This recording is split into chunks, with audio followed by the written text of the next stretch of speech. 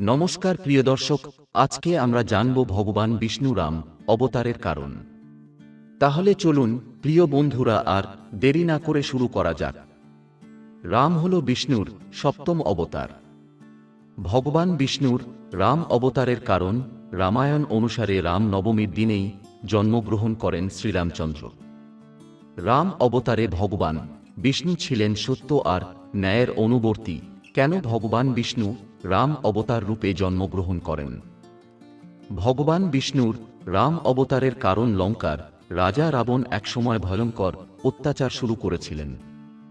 ব্রহ্মার আরাধনা করে তিনি এমন এক বর চেয়ে নিয়েছেন যাতে কোনো দেবতা, গান্ধর্ব, যক্ষ এবং তাকে বধ করতে পারবে না রাক্ষস। দশানন রাবণ কোনো মানুষের পক্ষে তার মতো মহাবীর পুরুষকে হত্যা করা সম্ভব নয় বুঝে নিজেকে অপরাজেয় ভেবে অত্যাচারের মাত্রা আরও বাড়িয়ে দেন। রাবণ বধে ভগবান বিষ্ণুর দ্বারস্থ হন অন্য দেবতারা। নারায়ণ যাতে দশরথের ওরসে তার জন্য তাঁকে অনুরোধ জানান। দেবতারা তাঁর 3 রানীর কোনো একজনের গর্ভে জন্মগ্রহণ করেন। মানুষের অবতারে বিষ্ণু জন্ম নিলে তবেই রাবণকে পরাভূত করা সম্ভব। এরপরই কৌশল্যার গর্ভে জন্ম নেন রাম এবং রামের রাবণকে হত্যা করেন। আবার সেই সময় একদিন নারায়ণের ওপর অত্যন্ত ক্ষুব্ধ হন দেবর্ষি নারদ। একদিন এক সুন্দরী রাজকন্যার প্রেমে পড়েন নারদ।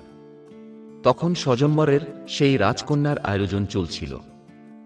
নারদ সুদর্শন না হওয়ায় বিষ্ণুর কাছে আবেদন জানান যাতে স্বয়ম্বরের সময় বিষ্ণু নিজের রূপ দান করেন নারদকে। বিষ্ণুর আশীর্বাদ পেয়ে স্বয়ম্বর সভায় যান দেবর্ষি, কিন্তু রাজকন্যা বরমাল্য হাতে তাঁর সামনে এসে হো হো করে হেসে ওঠেন। আসনে একটা বানরের মুখ বসিয়ে দিয়েছিলেন নারায়ণ নারদের মুখের জায়গায়। ভগবান বিষ্ণুর রাম অবতারের কারণ: বিষ্ণুর এই ঠাট্টায় অত্যন্ত ক্ষুব্ধ হয়ে নারদ তাঁকে অভিশাপ দেন। যেভাবে নিজের প্রেমকে কাছে না পেয়ে তিনি ব্যথিত হয়েছেন, সেরকমই একদিন নিজের স্ত্রীকে হারিয়ে দুঃখে কাতর হতে হবে বিষ্ণুকে। রামরূপে জন্মগ্রহণ করে সীতার সঙ্গে চির বিচ্ছেদের বিরহ ভোগ করেছেন নারায়ণ। আবার একসময় জলন্ধর নামে একটি দুর্দান্ত রাক্ষস ছিল। শিব তাঁর বিরুদ্ধে যুদ্ধ করেছিলেন, কিন্তু তাকে বধ করতে পারেননি। বিষ্ণু জানতেন যে জলন্ধরের স্ত্রী বৃন্দার ধর্মনিষ্ঠার কারণে জলন্ধর জয়লাভ করেছে। তখন বিষ্ণু বৃন্দার সামনে জলন্ধর রূপে যায় এবং সে তাকে স্বামী ভেবে জড়িয়ে ধরে।